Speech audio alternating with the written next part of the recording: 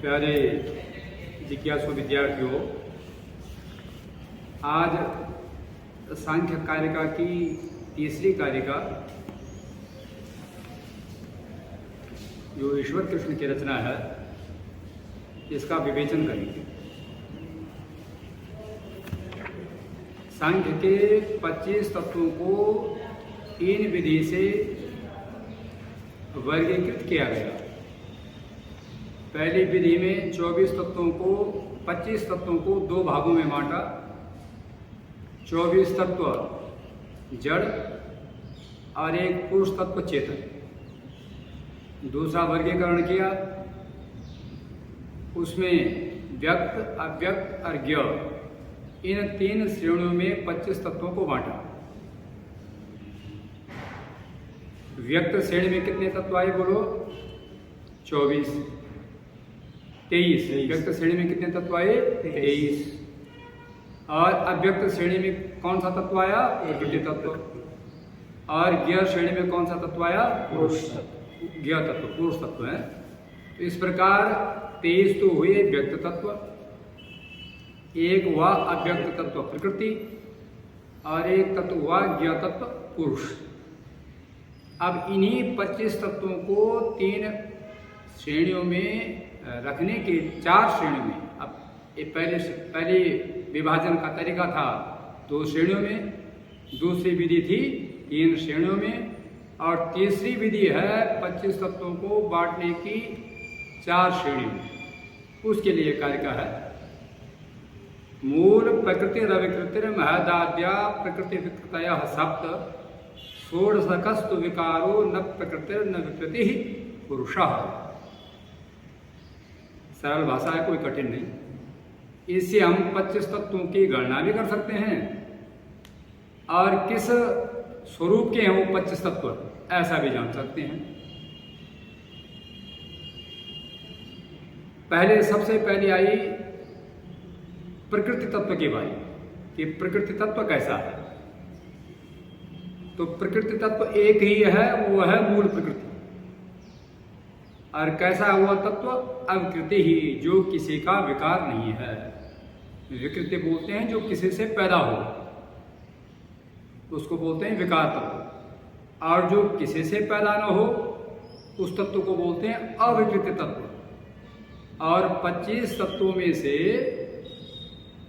प्रकृति तत्व ऐसा है जो किसी का विकार नहीं है।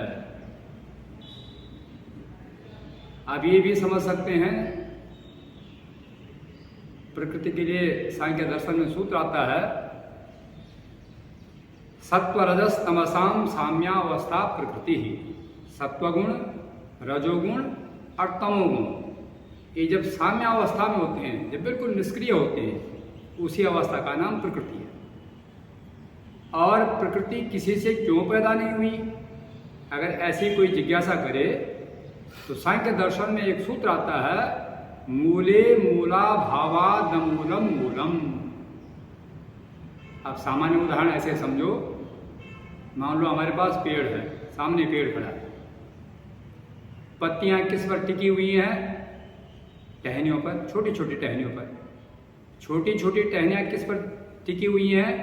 बड़ी शाखा पर। बड़ी बड़ी शाखाएं किस पर टिकी हुई हैं? तने पर। तना किस पर टिका हुआ है? जड़ पर। और जड़ को मूल भी बोलते हैं। लेकिन जड़ किस पर टिकी हुई है, यह प्रश्न तो नहीं हो सकता ना। तो जिस प्रकार वृक्ष के सभी अंगों की टिकने की विधि है, और जड़ किस पर टिकी हुई है, यह शंका ही नहीं हो सकती है, उसी प्रकार मूल प्रकृति किससे पैदा हुई है, ये भी शंका नहीं हो सकती है। इसके लिए सांख्य का सूत्र मैंने बताया, मूले मूला भावा दमूलम मूलम। तो प्रकृति ऐसा तत्व है जो अविकृत तत्व है, किसी का विकार नहीं है। तो 25 तत्वों में से प्रकृति तत्व तो आ गया अविकृत तत्व में। अब दूसरी श्रेणी बनी, उसमें हमने वो तत्व ढूंढे जहां यहाँ बताया भी है, जो प्रकृति भी हो और विकृति भी हो।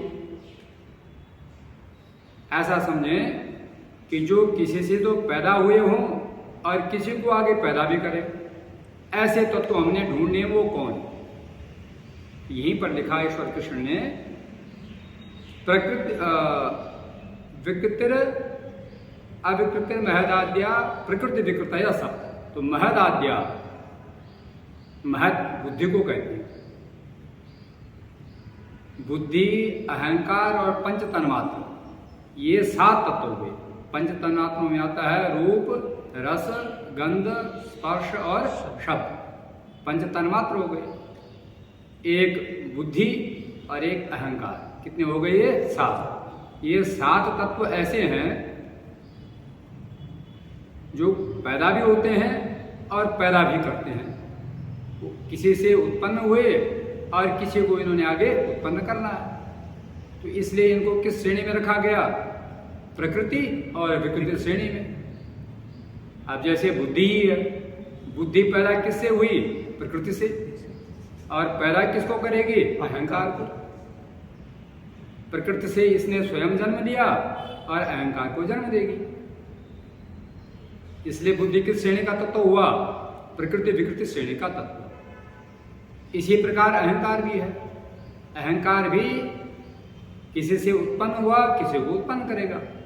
अहंकार उत्पन्न किससे हुआ? बुद्धि से। और उत्पन्न किनको करेगा? ज्ञानेंद्रियों को, कर्मेंद्रियों को और मन को। इनको क्या करेगा? पैदा करेगा।